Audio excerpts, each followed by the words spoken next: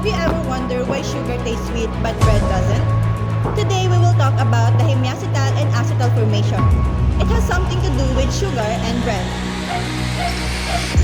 Bakit mas matamis yung asukal kaysa sa tinapay?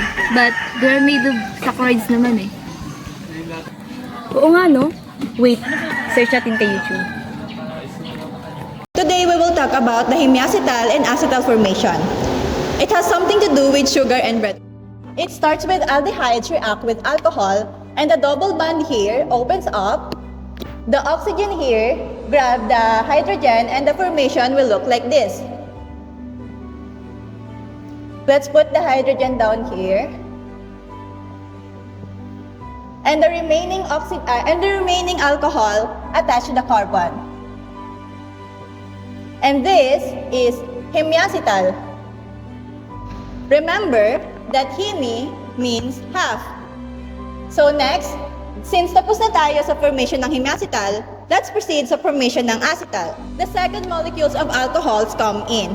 It reacts with the loose hydroxyl and the water is removed. The hydroxyl here was replaced by the alkoxyl and the formation will looks like this.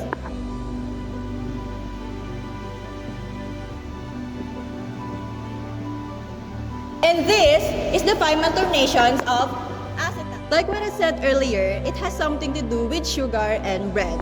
Glucose is a simple sugar and the structure of it is hemiacetal because it is open and flexible.